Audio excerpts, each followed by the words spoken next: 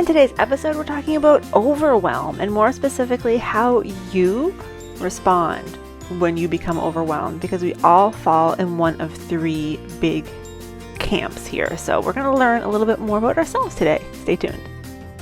You're listening to the Wellness Simplified podcast. Simple wellness tips to help you improve your life without turning it upside down. With your host, award-winning fitness instructor, nutrition coach, and wellness expert, Susie Fevens. Welcome back, friends. Today we're talking about overwhelm, which is a pretty big topic to try and cover in under 10 minutes to fit with our short and sweet summer episodes. So I'm going to keep this bare bones. And if you find this interesting, please let me know, and maybe we can do a deeper dive into this in the fall when we return to longer format podcasts.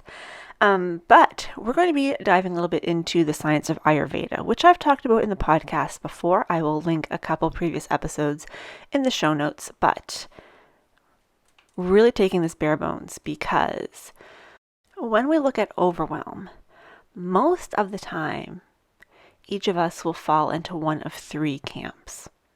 Now, we all are going to have one that is our go-to reaction to overwhelm, but that doesn't mean that we can't experience any of the others at different times or all at the same time.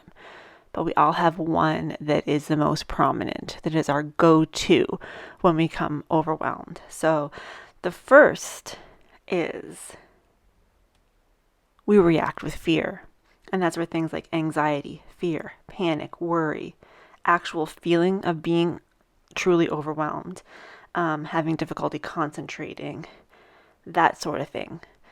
That is a fear response, okay? Another reaction is anger. So actual anger, irritability, blaming, judgment, sarcasm, actual physical fighting. That is another way that people deal with overwhelm. And the last one is sadness. So things like feeling weighed down, like you have an inability to do anything, you have a deep sadness, you're lethargic, you have low energy, lack of interest in things that normally interest you, things like that. That is another way that people deal with overwhelm. So you may be seeing yourself in all three of these, but there should be one that is more prominent than the others. For me, my go-to when I get in a state of overwhelm is anger. I get very sarcastic, I get very irritable, I get very cranky. I classify it as irrational anger because I will get angry over things that have no need to be angry over. Maybe for you, when you get overwhelmed, you just plunk yourself on the couch and watch Netflix because you physically cannot concentrate to do anything else. That is a sadness reaction, but it is a way of coping with overwhelm. Maybe you have difficulty concentrating, but you have anxiety and fear, and you kind of go in that fear spiral. That is still a way of coping with overwhelm. Those are all three ways that you can cope. One's no better than the other. We're all hardwired to fall largely into one of those buckets. But there can be times when we're experiencing things from all three. Okay, so you're not singled out, like I can't only ever be angry. I'm not allowed to ever have anxiety, because I definitely have anxiety. It's not that I'm not allowed to sometimes be super lethargic, because that happens too, but my go-to, and I know this about myself, is anger. So this is another tidbit. If we go back to episode 106, when we're talking about your phrase when you're about to overdo it, or you're about to cross that line into burnout, this can be another indicator if you start finding yourself going into your go-to. So if I find myself with a short fuse, I'm getting cranky at people very, very easily, I know, okay, I've crossed over into overwhelm. I need to take a step back. So this is another one of your clues. Once you know what your immediate reaction to overwhelm is, it's going to make it easier for you to recognize when you're getting there. Now, if you did listen to episode 106, you will know that I spoke about how I am an overdoer, that I don't think there's anything worth doing unless I'm going to overdo it. And in looking at my book on balancing moods, it says under the section that talks about this anger, it says, those who often approach life with extreme intensity and a pattern of overdoing may be the culprit and the cause of this anger. So, hello, that's a nice little clue for me if I didn't already know, which I do. That's a nice little clue for me that anger is my go-to. And it's not like straight up anger, but, one of those emotions that fall under the anger spectrum.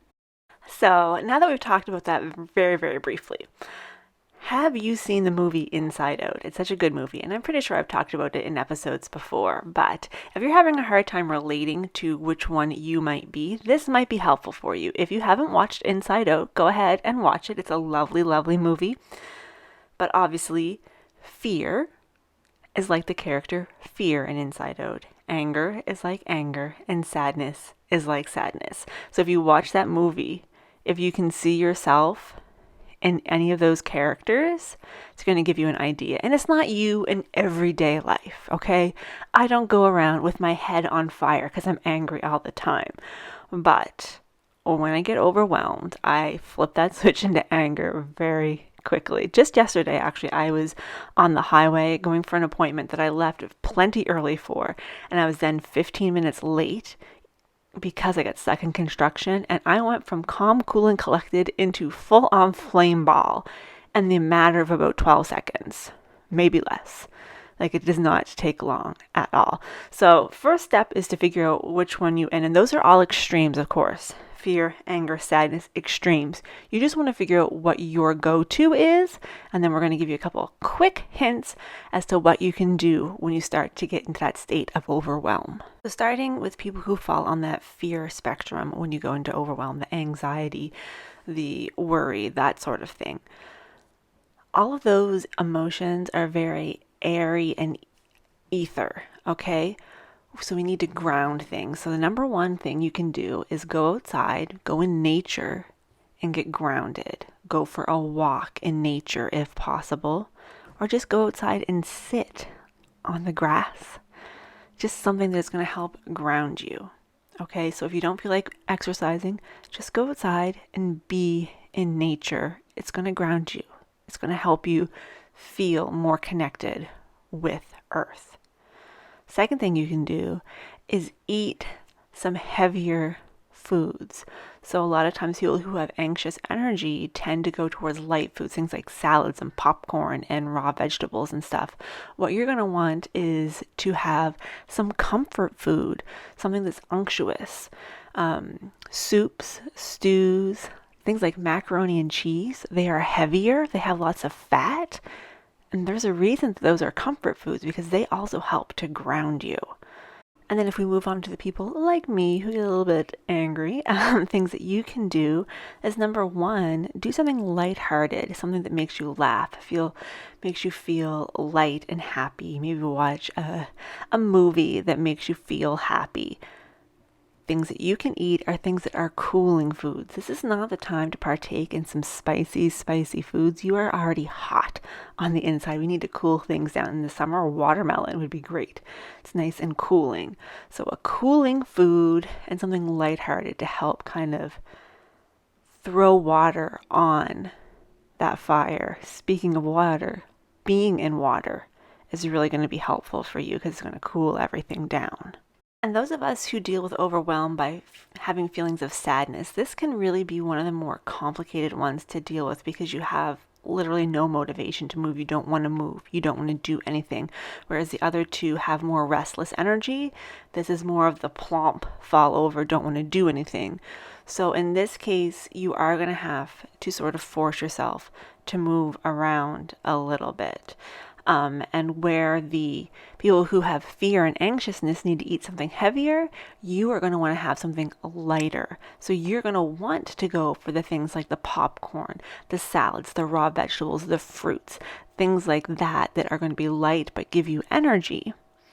And then you're going to want you are going to kindly but somewhat urgently press yourself to get moving. And that doesn't mean you have to get up and go for a run.